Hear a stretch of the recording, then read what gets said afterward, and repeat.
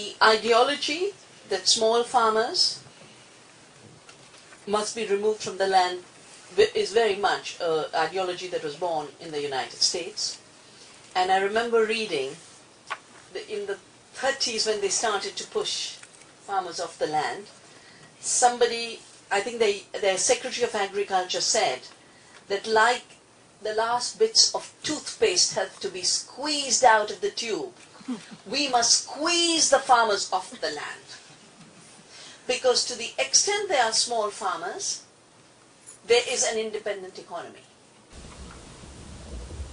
And when I organized a big rally to fight GATT in 2003, there were 500,000 farmers there. And I'd invited people from around the world, the Environment Minister of Brazil, the Environment Minister of Ethiopia, peasant unions from Korea, Brazil, Argentina, Zimbabwe.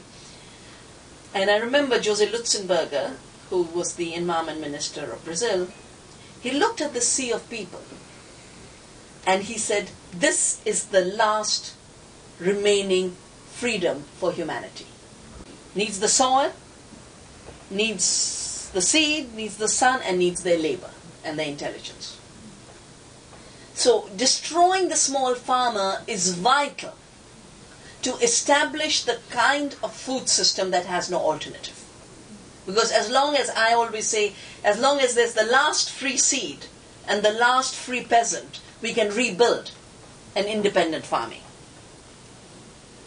And that's why, just as much as for us it's so important to save seed and protect small farmers, for the Monsantos and the Cargills, it is vital to destroy the small farmer. And they have spun this ideology that small farmers are inefficient. Nothing could be further from the truth. Small farmers are the most efficient producers. And the data, from FAO, the data from Navdanya shows very clearly, the smaller the farm, the higher the output. Not the yield of a single commodity, but the output of the overall farm.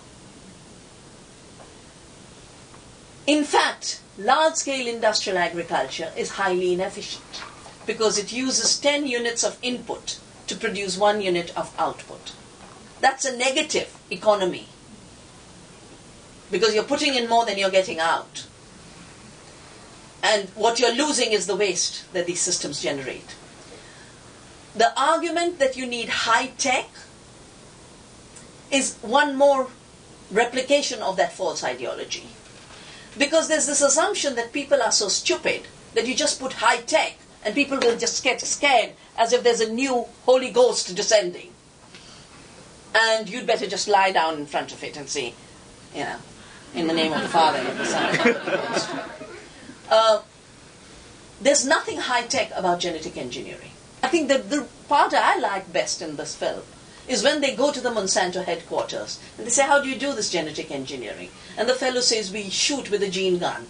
And Susanna says, a gene gun? He says, yes, a gene gun. We put an explosive, we put a gold particle, and we shoot a gene. They don't know if the gene will enter. They don't know where the gene will enter. This is not smart tech and high tech. It's warfare with a blindfold. Yeah? So I think we need to stop being overwhelmed by these words like growth. You need this because of growth. Growth is another illusion. High-tech is an illusion. You need to measure a technology in terms of what it does to the environment and to people.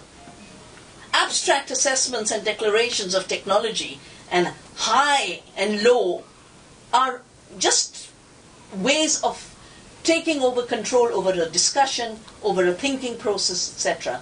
I'm a scientist, and whatever I take up, I assess very deeply. Behind small farmers. It's because scientifically, all the data is telling me this is the future. All the propaganda is telling us farmers must go extinct. And we have to differentiate between propaganda and real knowledge.